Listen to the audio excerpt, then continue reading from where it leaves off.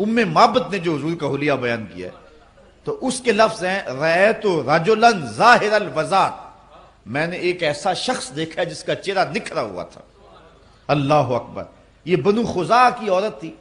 ہجرت کی رات حضور علیہ الصلوۃ والسلام اس کے مکان کے قریب سے گزرنے لگے تو بھوک کی جو ہے وہ شدت حضور کو محسوس ہوئی، تو یہاں رکے اور اس کو کہا کہ اگر کچھ ہے ہمارے کھانے کے لیے تو ہمیں پیش کرو۔ تو اس نے کہا کہ میں ایک دیہاتی عورت ہوں اور ایک عرب خاتون ہوں، عربوں کے ہاں مہمان آ جائے وہ تو سب کچھ لٹا دینے کے لیے تیار ہوتے ہیں، اور پھر مہمان بھی اتنے سونے آ جائیں۔ وہ کہتی ہے لو کانت اندی شیون ما آوازکم الکرا، اگر میرے پاس کچھ ہوتا تو میں کچھ کسر نہ چھوڑتی، میں رج کے خدمت کرتی، لیکن افسوس یہ ہے کہ اس وقت جب آپ آئے ہو میرے پاس کچھ ہے نہیں کہ جو آپ کے لیے پیش کر سکوں، اور اس کا مجھے افسوس رہے گا۔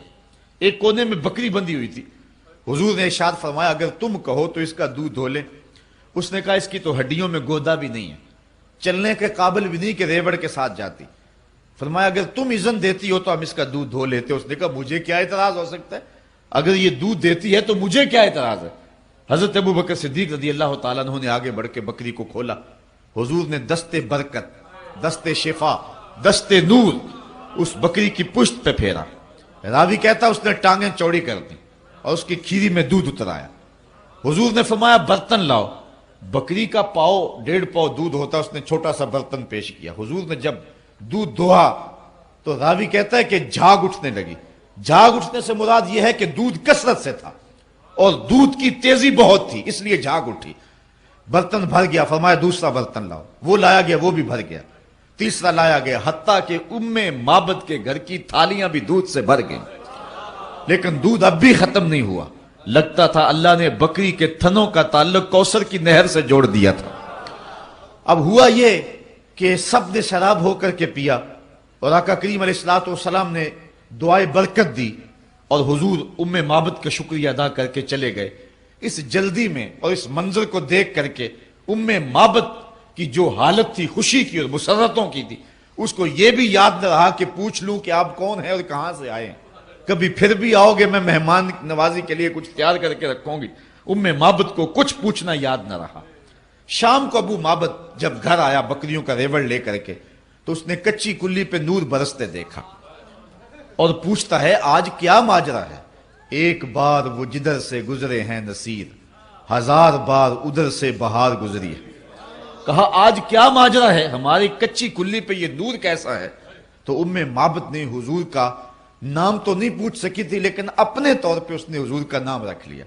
اس نے کہا ہمارے گھر میں آج دوپہر کو مبارک آیا تھا، اپنے طور پہ نام رکھا مبارک۔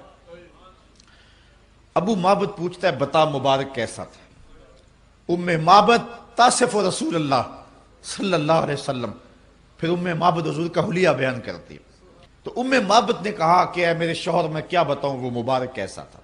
رأیت رجلا ظاہر الوضاعت، میں نے ایسا شخص دیکھا کہ جو بالکل چمکدار چہرے والا تھا، وسیمن کسیمن، خوبصورت تھا، خوب رو تھا، وفی عینہ داجن، اس کی آنکھوں میں جو ہے وہ سیاہی تھی۔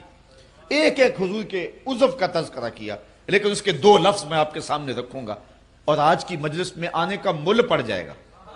2 لفظ ہیں لیکن حد کر دی اس نے۔ معبد نے کہا میرے شوہر میں کیا بیان کروں وہ کیسا تھا؟ اس کا حلیہ 2 لفظوں میں سن لو۔ کہتی ہے معبد اپنے شوہر کو، کہتی ہے ابہ الناس احسنہ من بعید واجملہ من قریب، میرے شوہر میں کیا بتاؤں وہ کتنا سونا تھا۔ وہ اتنا سونا تھا جب دور سے آتا تھا تو سونا لگتا تھا، جب نیڑے آ گیا تو اور سونا لگتا تھا۔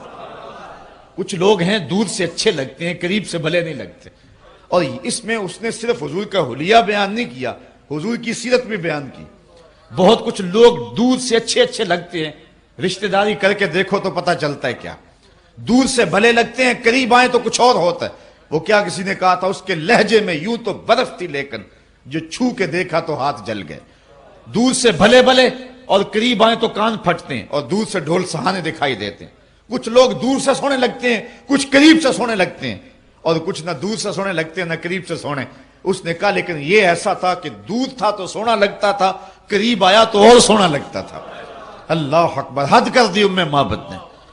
اچھا، ابو معبد روزانہ شام کو جب بکریوں کا ریوڑ لے کر کے آتا ہے اور ام معبد کھانا لے کر کے آتی ہے اپنے شوہر کے لیے، تو ام معبد جب کھانا پیش کرنے لگتی ہے تو ابو معبد کہتا ہے کھانا رہنے دو، کھانا بعد میں کھائیں گے، پہلے مبارک کی باتیں تو سناؤ۔ روزانہ ان کے گھر میں مبارک کی باتیں ہوتی۔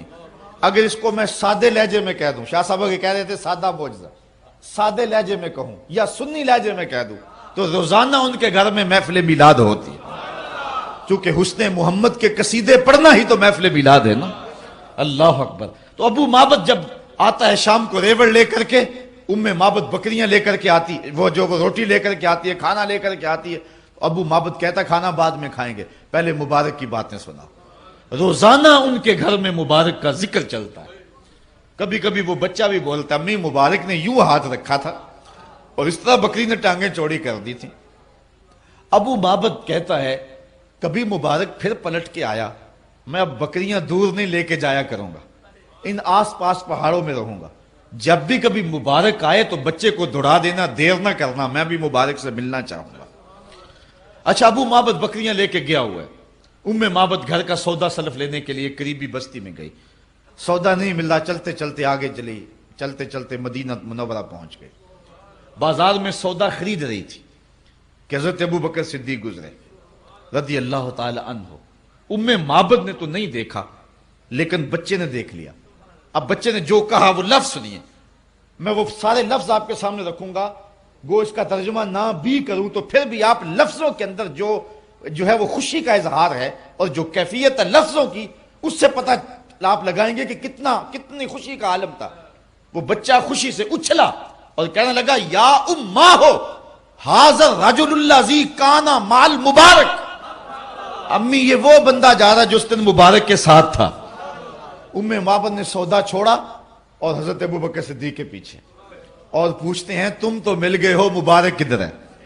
حضرت ابو بکر صدیق حیران ہو گئے، یہ کس مبارک کا پتہ پوچھ رہے ہیں، نام تو خود ہی رکھا ہوا تھا۔ تو کہا وہی جس نے بکری کی پشت پہ ہاتھ پھیرا تھا، آپ سمجھ گئے یہ تو وہ راستے والی خاتون ہے۔ کہا آؤ تمہیں مبارک کے ڈیرے پہ لے چلو۔ حضور صحن مسجد نبوی میں تھے تو ام معبد اور اس کے بچے کو جناب سیدنا صدیق اکبر رضی اللہ تعالی عنہ لے گئے۔ جب حضور کو دیکھا تو ام معبد جو ہے وہ اس کا بچہ پکار اٹھا، امی وہ دیکھو مبارک بیٹھا ہوا ہے۔ حضور کی خدمت میں حاضر ہوئے، آقا نے دین اسلام پیش کیا، انہوں نے قبول کیا۔ واپس پلٹے شام کو ابو معبد جب بکریاں لے کر کے گھر آیا تو اس نے کچی کلی پہ پھر انوار دیکھے، ان کی آنکھوں میں پھر چمک دیکھی۔ پوچھتا ہے آج تم نے بلایا کیوں نہیں، مبارک پھر آیا تھا؟ انہوں نے کہا مبارک تو نہیں آیا لیکن ہم اسے مل رہے ہیں، ہم اس کی زیارت کر رہے ہیں۔ کہا کون ہے اور کہاں رہتا ہے؟ کہا جسے دنیا محمد کہتی ہے وہی تو مبارک ہے۔ اللہ اکبر۔ سیرت نگار لکھتے ہیں یہ بکری عام رمادہ تک حضرت ام معبد کے پاس موجود رہی۔ یہ حضرت عمر فاروق کے دور کے اندر قحط کا ایک سال آیا تھا، جبکہ سبزے خشک ہو گئے تھے اور کہیں سے نہ پانی ملتا تھا نہ سبزہ ملتا تھا، لیکن جس کو دودھ کی ضرورت ہوتی اب معبد کے ڈیرے سے مل جاتا تھا۔ عام رمادہ تک راوی کہتا ہے ہمیں پتہ ہے کہ اس وقت تک تو بکری ام معبد کے پاس موجود تھی، کیونکہ پورے علاقے سے کہیں سے دودھ ملے نہ ملے ام معبد کے ڈیرے سے اس بکری کا دودھ ضرور ملتا تھا، اس لیے اس دور تک بھی وہ بکری زندہ رہی اور برابر دودھ دیتی رہی۔